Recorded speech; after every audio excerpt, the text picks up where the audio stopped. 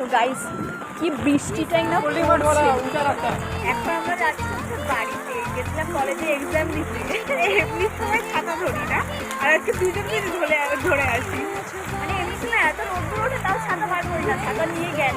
আর এখন বৃষ্টি পড়ছে, এখন দুজন মিলে ছাতা ব্যাগ তুলে যাচ্ছে। কি বৃষ্টি! এই বৃষ্টি করতে আমরা এখন বাড়িতে যাচ্ছি। ওটা পুরো ভিজে গেছে, ওকে দেখেই বলেছি আমরা তো অতটাও ভিজিনি, কিন্তু জল জমেছে। আমরা এখানে ভিডিও করছি, মানে ও করছে, আমি ভিডিও করছি না। তো যাই হোক, এই প্রচুর জল, তো পা ডুবে যাচ্ছে। তো ড্রেন নেই তো সাইডে, ওটা পর্যন্ত ডুবে গেছে। কি করে যাবো এখান থেকে? টোটোটা দেখো